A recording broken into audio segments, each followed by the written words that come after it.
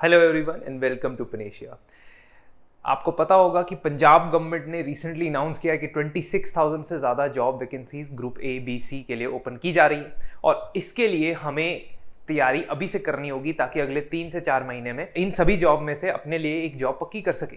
उसके लिए हम आपकी मदद करने के लिए ला रहे हैं एक सीरीज़ जो रिलेटिवली सिर्फ पंजाब के करंट अफेयर्स, पंजाब की जीके और साथ ही साथ इन गवर्नमेंट एग्जाम्स के अंदर पूछे जाने वाले सवालों के बारे में होगी।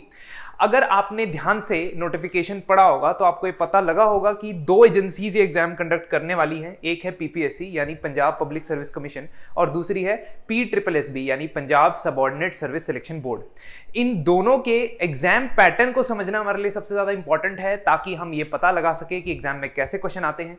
आज की क्लास में हम 10 क्वेश्चन इंडियन पॉलिटी में से जो पूछे गए पीपीएससी के प्रीवियस ईयर्स में से हम डिस्कस करेंगे और आपको उसके साथ साथ पॉलिटी का एक बेसिक ओवरव्यू भी मिल जाएगा कि किस तरीके से आपने पॉलिटी को पढ़ना है। तो हम टाइम ना वेस्ट करते हुए शुरू करते हैं। सबसे पहला सवाल, और ये सारे सवाल मैंने क्यूरेट किए हैं पीपीएससी के ही कंडक्ट किए पेपर्स में से, तो आपको इसमें एक पैटर्न समझ आ जाएगा। Constitution empower Supreme Court of India to adjudicate disputes between centre and states. सवाल क्या है? सवाल यह है कि constitution of India Supreme Court को एक पावर देता है, एक ज्यूरिसडिक्शन देता है कि सेंटर और स्टेट्स के बीच में अगर कोई डिस्प्यूट हो तो वो उसे सॉल्व कर सके। ये कौन सी ज्यूरिसडिक्शन के अंदर आता है ये सवाल? तो आपके ऑप्शंस है writ jurisdiction, appellate jurisdiction, advisory या ओरिजिनल ज्यूरिसडिक्शन। देखिए सुप्रीम कोर्ट की पावर्स कॉन्स्टिट्यूशन के अंदर लिखी गई है आर्टिकल 124 से लेके 147 तक और इसका सही जवाब है D, original jurisdiction. Original jurisdiction का मतलब होता है कि आप सुप्रीम कोर्ट के पास केस डायरेक्टली लेके जाएंगे। मतलब सेंटर और स्टेट्स के बीच में अगर कोई डिस्प्यूट है या 2 स्टेट्स का आपस में कोई डिस्प्यूट है या 2 स्टेट्स का सेंटर के साथ कोई डिस्प्यूट है, ऐसे मामले सीधा सुप्रीम कोर्ट के पास जाते हैं under original jurisdiction article 131। Article 132 से लेके 134 संविधान का आपको बताता है एपेलेट ज्यूरिसडिक्शन के बारे में, यानी कि लोअर कोर्ट से अपील जो जाती है सुप्रीम कोर्ट के पास उसके बारे में। आर्टिकल 32 आपको रिट ज्यूरिसडिक्शन के बारे में बताता है। सुप्रीम कोर्ट के पास 5 तरीके की रिट इशू करने की पावर्स होती है जो हम आगे आने वाली स्लाइड्स में डिस्कस जरूर करेंगे। तो उसका आर्टिकल क्या है? 32। और एडवाइजरी ज्यूरिसडिक्शन का मतलब ये कि प्रेसिडेंट ऑफ इंडिया यानी राष्ट्रपति कभी भी सुप्रीम कोर्ट के पास किसी भी कॉन्स्टिट्यूशनल क्वेश्चन को लेके जा सकते हैं उनकी एडवाइस मांगने, उनकी सलाह मांगने। वो आता है आर्टिकल 143 के अंदर। तो ये 4 आर्टिकल हमें एक ही क्वेश्चन से याद हो जाते हैं। 131 में ओरिजिनल ज्यूरिसडिक्शन यानी डायरेक्ट सुप्रीम कोर्ट, 132 से 134 यानी अपील्स, 132 यानी कि रिट ज्यूरिसडिक्शन और 143 यानी एडवाइजरी ज्यूरिसडिक्शन। तो ये 4 आर्टिकल आपको इस क्वेश्चन से याद हो चुके हैं। सेकंड क्वेश्चन आता है, इनमें से कौन सा directive principles of state policy के अंदर आता है? Which of the following are included in directive principles of state policy? Option number 1 है prohibition of traffic in human and forced labor, यानी कि forced labor और human trafficking के ऊपर रोक लगाना, या दूसरा consumption except for medicinal purposes of intoxicating drinks and drugs, यानी कि ड्रिंक्स और ड्रग्स के ऊपर बैन लगना। देखिए हमें ये दोनों ऑप्शन पता होंगे तब अगर हमें फंडामेंटल राइट्स और डायरेक्टिव प्रिंसिपल्स पढ़े होंगे। तो आपकी जानकारी के लिए बता दूं कि इसका आंसर है ओनली 2, यानी कि पहला जो ऑप्शन है prohibition of forced labour and prohibition of trafficking वो डायरेक्टिव प्रिंसिपल में नहीं आता है, वो फंडामेंटल राइट्स के अंदर आता है। हमारे संविधान में 6 ग्रुप ऑफ फंडामेंटल राइट्स है जिसमें से एक ग्रुप है राइट अगेंस्ट एक्सप्लॉयटेशन। इस राइट अगेंस्ट एक्सप्लॉयटेशन के अंदर 2 आर्टिकल आते हैं, आर्टिकल 23, आर्टिकल 24। 23 में ह्यूमन बींग्स के अंदर खरीद बेच, स्लेवरी के लिए, प्रोस्टिट्यूशन के लिए, ये जो सब चीजें होती है या फोर्स्ड लेबर होता है, इसके ऊपर बैन लगाया गया है। और दूसरा 24 के अंदर चिल्ड्रन के लिए, चाइल्ड लेबर के लिए प्रोविजंस है कि चाइल्ड लेबर बैन है। तो ये दोनों प्रोविजंस फंडामेंटल राइट्स में है, डायरेक्टिव प्रिंसिपल में नहीं, इसलिए ऑप्शन ए तो नहीं होगा। ऑप्शन बी, जी हां, डायरेक्टिव प्रिंसिपल्स में है। डायरेक्टिव प्रिंसिपल्स आर्टिकल 47 बेसिकली संविधान का 36 से लेके 51 आर्टिकल, 36 से 51 जो आर्टिकल है वो डायरेक्टिव प्रिंसिपल से डील करता है। और यहां पे साफ साफ लिखा हुआ है कि state shall endeavour to bring prohibition of consumption, यानी कि शराब और ड्रग्स इसके ऊपर पाबंदी लगाई जाएगी। पर आपको ये पता है कि ऐसी पाबंदी शराब के ऊपर है नहीं। उसका कारण ये है कि डायरेक्टिव प्रिंसिपल्स अप्लाई करना सरकार के लिए कंपलसरी नहीं होता है। They are not justiciable. इसका मतलब डायरेक्टिव प्रिंसिपल में कुछ लिखा है, ऐसा जरूरी नहीं कि वो इंप्लीमेंट हो रहा हो, लेकिन फंडामेंटल राइट्स में अगर कुछ लिखा है तो वो जरूरी है कि इंप्लीमेंट हो रहा हो। तो आपको इसका आंसर मिल गया 2 only. Third question, national water resource council के चेयरमैन कौन है? इन 4 ऑप्शन में से हमें बताना था। प्रधानमंत्री, मिनिस्टर ऑफ वाटर रिसोर्स। देखिए उस वक्त इस मिनिस्ट्री को वाटर रिसोर्स मिनिस्ट्री कहा जाता था, लेकिन अब ये जल शक्ति मंत्रालय के नाम से जानी जाती। तो जब का ये क्वेश्चन है तब इसको वाटर रिसोर्स मिनिस्ट्री बोला जाता था, बट 2019 में इसे जल शक्ति मिनिस्ट्री बोला जाता है। मिनिस्टर ऑफ एनवायरनमेंट और minister of science and tech. देखिए नेशनल वाटर रिसोर्स काउंसिल एक ऐसी संस्था है जिसके chairman none other than prime minister of India. जो भी प्रधानमंत्री होगा वो इसके चेयरमैन होंगे। क्यों? क्योंकि जब 1987 में नेशनल वाटर रिसोर्स काउंसिल बनाई गई थी तो तभी ये बता दिया गया था कि ये प्राइम मिनिस्टर के अंडर काम करने वाली है। प्राइम मिनिस्टर के अंडर कई सारी अथॉरिटीज भारत में काम करती हैं। For example NITI Aayog. नीति आयोग के चेयरमैन कौन है? Prime minister. अभी रिसेंटली नीति आयोग के एक नए वाइस चेयरमैन अनाउंस हुए। अगर आपने हमारी करंट अफेयर्स की वीडियो देखी होगी तो उसमें से आपको पता लगा होगा। तो ये चैनल के अंदर आपको और भी वीडियोस देख के और नॉलेज भी प्राप्त होगी। National integration council, national Ganga council, national development council वैसे अब फंक्शन नहीं करती है, ये प्लानिंग कमीशन के साथ होती थी, but now it does not function. Department of science, atomic energy, nuclear command authority. मतलब ये 17 बॉडीज की लिस्ट मैंने आपको दे दी है इसके साथ अटैच्ड पीडीएफ में, जिसमें आप ये समझ लें इन सभी संस्थाओं के चेयरमैन कौन है? Prime minister. जो भी इंडिया का प्राइम मिनिस्टर होगा वो चेयरमैन होगा। नेक्स्ट क्वेश्चन, लिबर्टी, इक्वालिटी और फ्रेटर्निटी। ये 3 कॉन्सेप्ट्स हमने कौन से रेवोल्यूशन से लिए हैं या कौन से देश से इंस्पायर्ड है, ऐसा आप समझ सकते हैं। फ्रांस, अमेरिका, रशिया या इटली? तो इसका सीधा साधा जवाब जो 6th स्टैंडर्ड 5th स्टैंडर्ड के बच्चों को भी पता होता है और आपको भी पता होना चाहिए, वो है फ्रेंच रेवोल्यूशन। देखिए फ्रांस की क्रांति 1784 में स्टार्ट हुई थी, 1784 में, और तब से फ्रांस ने कई बार अपनी रिपब्लिक बनाई डेमोक्रेसी के आधार पे, जिसमें हर एक सिटीजन को लिबर्टी यानी कि आजादी, इक्वालिटी यानी कि समानता और फ्रेटर्निटी यानी कि भाईचारा, इसके ऊपर काम करना था। और ये फ्रेंच कॉन्स्टिट्यूशन से लिया है। हमारा जो पॉलिटिकल सिस्टम है या कॉन्स्टिट्यूशन है उसने कई चीजें अलग अलग कॉन्स्टिट्यूशन से ली हैं। तो आप ये देख सकते हैं कि ब्रिटेन के कॉन्स्टिट्यूशन से हमने rule of law, cabinet system जो होता है, कैबिनेट मंत्री, या पार्लियामेंट का जो सिस्टम है हमारा, वो हमने ब्रिटिश कॉन्स्टिट्यूशन से लिया है। वैसे ही फंडामेंटल राइट्स हमने अमेरिका के संविधान से लिए, जहां उनको कहा जाता है बिल ऑफ राइट्स। साथ ही साथ आयरलैंड से हमने directive principles of state policy लिए। तो अगेन मैंने आपको टेबल में यहां पे दिखा दिया है कि कौन से पार्ट्स हमारे कॉन्स्टिट्यूशन के हमने बाकी कॉन्स्टिट्यूशन से लिए। ये एक इंपॉर्टेंट सोर्स ऑफ क्वेश्चन है पॉलिटी के अंदर। Definitely there will be a question asked in any of the exams. ठीक है, तो आपने इसको ध्यान से समझना है। अगला क्वेश्चन देखते हैं, which of the following says that India is a secular state, यानी कि इनमें से कौन सा भारत को एक सेकुलर स्टेट बताता है।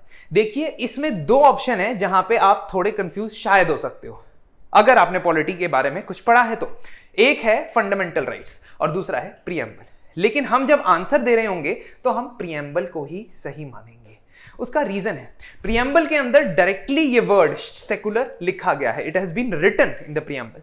वेयरएज फंडामेंटल राइट्स में जो 25 से लेके 28 नंबर आर्टिकल है वो आपके right to freedom of religion है। तो वो डायरेक्टली आपको सेकुलरिज्म के बारे में नहीं कहते, बट हाँ इनडायरेक्टली कहते हैं कि भारत हर एक धर्म के नागरिक के साथ इक्वल ट्रीटमेंट करेगा।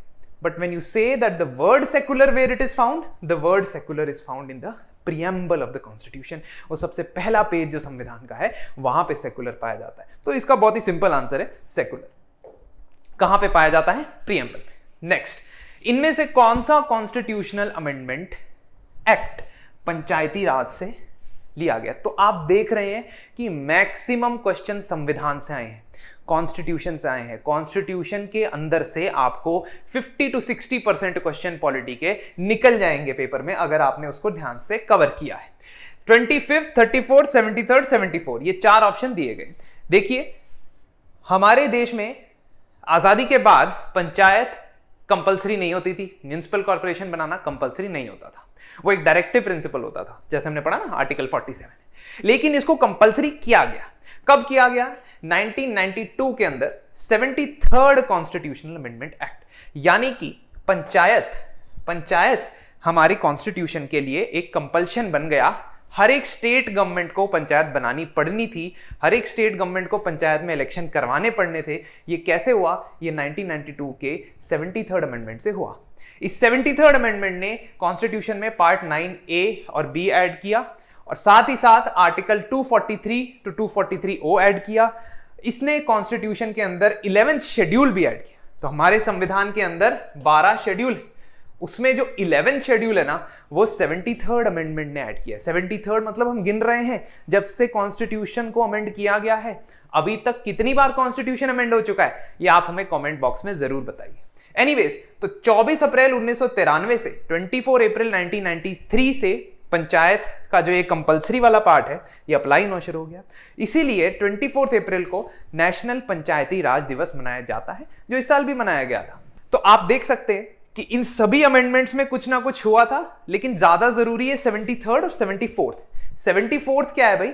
74th है कॉन्स्टिट्यूशन के अंदर म्युनिसिपल कॉर्पोरेशन, यानी शहरी इलाकों में, अर्बन एरियाज में जो लोकल बॉडीज होती हैं उनको कंपलसरी किया गया। तो 73rd में विलेजेस कवर्ड है रूरल एरियाज में, और 74th में अर्बन एरियाज कवर्ड है। नेक्स्ट की तरफ चलते हैं। इनमें से कौन प्रेसिडेंट ऑफ इंडिया के द्वारा अपॉइंट नहीं किया जाता है? Which of these is not appointed by president? तो अगर आपको प्रेसिडेंशियल अपॉइंटमेंट्स के बारे में पता होगा तो आप इसमें बता सकते हैं। गवर्नर ऑफ द स्टेट, जी हाँ बिल्कुल अपॉइंट किया जाता है प्रेसिडेंट के द्वारा। Chief justice of supreme court, जी हाँ अपॉइंट किया जाता है प्रेसिडेंट के द्वारा।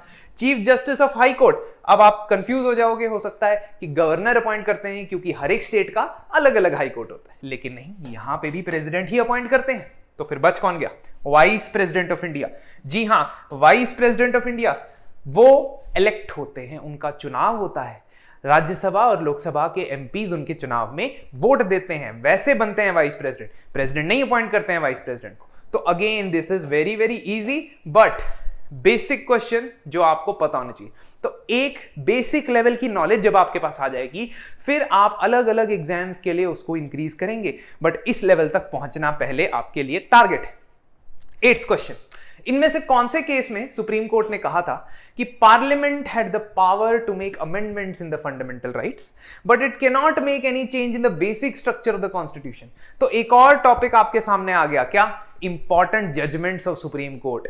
सुप्रीम कोर्ट यानी कि उच्चतम न्यायालय की सबसे इंपॉर्टेंट जो जजमेंट्स होंगी वो आपके पेपर में आ सकती हैं, और इसमें हमसे पूछा गया है कि कौन से जजमेंट में सुप्रीम कोर्ट ने कहा था कि फंडामेंटल राइट्स चेंज किए जा सकते हैं लेकिन बेसिक स्ट्रक्चर चेंज नहीं किया जा सकता, यानी कि जो चीजें सुप्रीम कोर्ट के मुताबिक संविधान का ढांचा है उसको बदल नहीं सकते। ऐसा केशव नंदा भारती केस में कहा गया था, 1973 के केशव नंदा भारती केस में। इस केस के अंदर सुप्रीम कोर्ट ने कहा कि आप फंडामेंटल राइट्स बदल सकते हो, जबकि 1967 ऑप्शन में था ना गोलकनाथ केस, वहां सुप्रीम कोर्ट ने कहा कि आप फंडामेंटल राइट्स नहीं बदल सकते। फिर 1973 में बोला कि बदल सकते हो लेकिन बेसिक स्ट्रक्चर नहीं बदल सकते। फॉर एग्जांपल, अगर आपने फंडामेंटल राइट टू इक्वालिटी ही हटा दिया संविधान से, तो वो बेसिक स्ट्रक्चर है, वो आप नहीं बदल सकते। आप सेकुलर नेचर जो कॉन्स्टिट्यूशन का है वो नहीं बदल सकते। ऐसा मैं नहीं कह रहा, ऐसा सुप्रीम कोर्ट कह चुका है। तो बेसिक स्ट्रक्चर के अंदर जो आता है वो बदल नहीं सकता है। ये बेला बनर्जी और मिनर्वा मिल्स, दो ऑप्शन और थे। बेला बनर्जी केस में कहा गया था लैंड एक्विजिशन पे जो कंपनसेशन दिया जाता है, यानी कि सरकार अगर आपकी प्रॉपर्टी एक्वायर कर लेती है, जब्त कर लेती है, तो उसके बदले में आपको कितना कंपनसेशन मिलना चाहिए, उसके रिलेटेड ये केस था, not related to basic structure. और मिनर्वा मिल्स केस 1980 का, ये आपको कहता है कि there should be balance between fundamental rights and directive principles. तो बेसिकली इसका जवाब है Keshav Nanda Bharati case. Basic structure Keshav Nanda Bharati, बस ये रट लो, याद हो गया। क्वेश्चन नंबर 9, मैंडमस की रिट के बारे में पूछा है। रिट ऑफ मैंडमस इस, मैंने आपको बताया था पहले क्वेश्चन में कि रिट ज्यूरिसडिक्शन होती है आर्टिकल 32 के अंदर। सुप्रीम कोर्ट के पास पावर होती है कि अगर किसी इंडिविजुअल के फंडामेंटल राइट्स वायलेट होते हैं तो सुप्रीम कोर्ट एक ऑर्डर इशू करता है, उस ऑर्डर को कहते हैं रिट। देश में दो कोर्ट्स के पास ऐसी पावर होती है, एक है सुप्रीम कोर्ट जो आर्टिकल 32 के अंदर ये पावर रखता है, और एक है हाई कोर्ट जो आर्टिकल 226 के अंडर ये पावर रखता है। तो मैंडमस की रिट 5 रिट में से एक है। There are 5 types of writs. तो मैंडमस की रिट कहती है कि सुप्रीम कोर्ट हाई कोर्ट को या लोअर कोर्ट को ये कहता है, या किसी और अथॉरिटी को, नॉट ओनली कोर्ट, किसी और अथॉरिटी को, डिस्ट्रिक्ट मजिस्ट्रेट हो सकता है, मिनिस्टर हो सकता है, कि वो अपनी ड्यूटी निभाए। जो उसको ड्यूटी प्रोवाइड की गई है वो ड्यूटी उसे निभानी है, ऐसा सुप्रीम कोर्ट एक ऑर्डर देता है और ये ऑर्डर मैंडेमस कहलाता है। फॉर एग्जांपल, अगर election commissioner of India election नहीं कंडक्ट करवाते हैं तो उसको मैंडेमस इशू की जा सकती है कि आपकी संवैधानिक ड्यूटी ये है कि आप इलेक्शन कंडक्ट करवाएं, तो मैंडेमस इशू कर सकता है सुप्रीम कोर्ट। वैसे ही 4 और प्रकार की रिट हो सकती है। मैं इस वीडियो में ये रिट नहीं डिस्कस करूंगा। अगर आप इस रिट के बारे में और जानना चाहते हैं तो फंडामेंटल राइट से रिलेटेड हम एक ऑलरेडी वीडियो अपलोड कर चुके हैं, उसे देखिए और बाकी 4 रिट के बारे में भी जानिए। तो इसका आंसर था मैंडेमस का D. Last question, money bill के बारे में सवाल पूछा गया है। Money bill passed by the Lok Sabha is deemed to have been passed by Rajya Sabha even when no action taken by upper house within। अब ये इस क्वेश्चन जानने के लिए तो भाई आपको पार्लियामेंट्री प्रोसीडिंग्स सारी पता होनी पड़ेंगी। तो अगर आपको पार्लियामेंट की प्रोसीडिंग्स पता है और bill means the first draft, the written part of the law that needs to be passed by both houses, उसे बिल कहते हैं। मनी बिल एक स्पेशल तरीके का बिल होता है और संविधान के आर्टिकल नंबर 110, कॉन्स्टिट्यूशन आर्टिकल 110 के अंदर मनी बिल आता है। इस मनी बिल की कुछ प्रॉपर्टीज होती हैं, वो देखते हैं। मनी बिल, आंसर इसका 14 डेज है, तो 14 डेज कैसे है ये देखते हैं। Money bill is related to any aspect that takes money out of consolidated fund of India, यानी भारत के खजाने में से, भारत के खजाने के कोष में से अगर आपने पैसा निकालना है या पैसा डालना है, चाहे वो टैक्स लगा के हो, चाहे वो पैसे अप्रोप्रिएट करके हो, कैसे भी हो, अगर आपने पैसा लेके जाना है या पैसा जमा कराना है, उसके लिए आपको मनी बिल पास कराना पड़ता है और वो आर्टिकल 110 के थ्रू किया जाता है। मनी बिल की ये 5 प्रॉपर्टीज आपने याद रखनी है। सबसे पहली प्रॉपर्टी, मनी बिल जब इंट्रोड्यूस किया जाएगा तो प्रेसिडेंट से पहले ही उसका रिकमेंडेशन ले लेंगे। बाकी बिल्स में या बाकी कानून में ऐसा नहीं होता है, लेकिन मनी बिल में ऐसा होता है। दूसरा, इसे सिर्फ लोकसभा के अंदर प्रस्तुत किया जा सकता है। It can only be presented in Lok Sabha. Rajya Sabha के पास जब ये जाएगा, क्योंकि कोई भी बिल दोनों हाउसेस से पास होगा तभी कानून बनेगा, तो लोकसभा से पास होकर राज्यसभा के पास जब ये जाएगा तो उनके पास 14 डेज का टाइम है। अगर तो वो 14 डेज के अंदर उस बिल के अंदर, उस कानून के अंदर कुछ चेंजेस या अमेंडमेंट्स चाहते हैं तो बता देंगे, लोकसभा को वापस भेज देंगे। अब लोकसभा की मर्जी है कि उसने अमेंड करना है या नहीं करना है। That means the sole power regarding money bill lies with Lok Sabha या लोअर हाउस। अगर वो रिकमेंडेशन मान लेता है राज्यसभा का तो ठीक, अगर नहीं मानता है तो भी ठीक, और अगर 14 दिन तक राज्यसभा कुछ भी नहीं करता है तो भी ठीक, क्योंकि तब भी बिल पास ही माना जाएगा। Even if Rajya Sabha takes no action in 14 days, 2 weeks time, then the bill will be sought to be passed, कि पास हो गया, और उसके बाद आपका प्रेसिडेंट का अप्रूवल तो तय है, क्योंकि उससे आपने पहले ही रिकमेंडेशन ले लिया था।